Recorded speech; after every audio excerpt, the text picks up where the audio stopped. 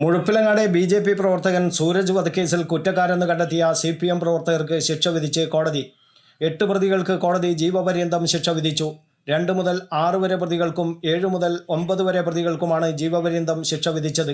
11-ാം പ്രതിക്ക് 3 വർഷം തടവ് ശിക്ഷയും തലശ്ശേരി പ്രിൻസിപ്പൽ സെഷൻസ് കോടതി വിധിച്ചു. TP കേസ് കുറ്റവാളി TK രജീഷ്, മുഖ്യമന്ത്രിയുടെ പ്രസ് സെക്രട്ടറി PM മനോജിൻ്റെ സഹോദരൻ മനോരാജ് ഉൾപ്പെടെയുള്ളവർക്കാണ് തലശ്ശേരി പ്രിൻസിപ്പൽ സെഷൻസ് കോടതി ശിക്ഷ വിധിച്ചത്. 1-ാം പ്രതിയെ ഒളിവിൽ കഴിയാൻ സഹായിച്ച 11-ാം പ്രതിക്ക് 3 വർഷം തടവാണ് ശിക്ഷ. 20 വർഷത്തിന് ശേഷമാണ് കണ്ണൂരിൽ ഒരു രാഷ്ട്രീയ കൊലപാതക കേസിൽ ശിക്ഷാവിധി വരുന്നത്. CPM-ൽ നിന്ന് BJP-യിൽ ചേർന്ന വിരോധത്തിൽ മുഴപ്പിലങ്ങാട് സൂരജിനെ ബോംബെറിഞ്ഞ് വെട്ടിക്കൊന്നെന്നാണ് കേസ്.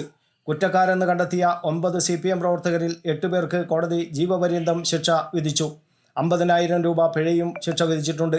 2 മുതൽ 6 വരെ പ്രതികൾ കുറ്റകൃത്യത്തിൽ നേരിട്ട് പങ്കെടുത്തവരാണെന്ന് കോടതി കണ്ടെത്തിയിരുന്നു. TP കേസ് കുറ്റവാളി TK രജീഷ്, മുഖ്യമന്ത്രിയുടെ പ്രസ് സെക്രട്ടറി PM മനോജിൻ്റെ സഹോദരൻ മനോരാജ്, യോഗേഷ്, ഷംജിത്ത്, സജീവൻ എന്നിവരാണ് കൊലപാതകത്തിൽ നേരിട്ട് പങ്കുള്ളവർ. ആയുധം കൈവശം വെക്കൽ, കലാപശ്രമം തുടങ്ങിയ കുറ്റങ്ങളിലും ശിക്ഷയുണ്ട്. ശിക്ഷ ഒന്നിച്ച് അനുഭവിച്ചാൽ മതി. മുഴപ്പിലങ്ങാട് പഞ്ചായത്ത് മുൻ പ്രസിഡന്റും CPM ലോക്കൽ സെക്രട്ടറിയുമായിരുന്ന പ്രഭാകരൻ, ലോക്കൽ കമ്മിറ്റി അംഗമായിരുന്ന പത്മനാഭൻ, രാധാകൃഷ്ണൻ എന്നിവർക്കെതിരെയായിരുന്നു ഗൂഢാലോചന കുറ്റം തെളിഞ്ഞത്. ഇവർക്കും ജീവപര്യന്തമാണ് ശിക്ഷ. 1-ാം പ്രതി ഷംസുദ്ദീനെ ഒളിവിൽ കഴിയാൻ സഹായിച്ച 11-ാം പ്രതി പ്രദീപന് 3 വർഷം തടവും 25,000 രൂപ പിഴയുമാണ് ശിക്ഷ. CPM പ്രാദേശിക നേതാക്കൾ ഗൂഢാലോചന നടത്തി കൊട്ടേഷൻ സംഘത്തെ ഉപയോഗിച്ച് സൂരജിനെ കൊലപ്പെടുത്തിയെന്നായിരുന്നു പ്രോസിക്യൂഷൻ കേസ്. 2005 ഓഗസ്റ്റ് 7-നായിരുന്നു കൊലപാതകം. 2012-ൽ TP കേസിൽ പിടിയിലായ രജീഷിൻ്റെ കുറ്റസമ്മത മൊഴിയുടെ അടിസ്ഥാനത്തിലാണ് ഇയാളെയും മനോരാജിനെയും പ്രതി ചേർത്തത്.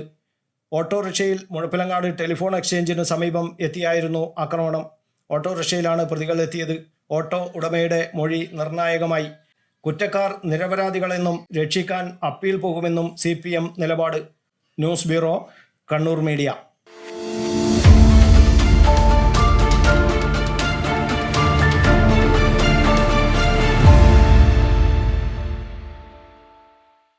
ശരി, പറയും എന്താ ഇങ്ങനെ പ്ലാൻ? കിച്ചൺ വർക്ക്സും ഇന്റീരിയർ വർക്ക്സും നമുക്ക് നല്ലൊരു ടീമിനെ ഏൽപ്പിക്കണം. പിന്നെ ഫർണിച്ചർ സുനിതയിൽ എടുക്കാം.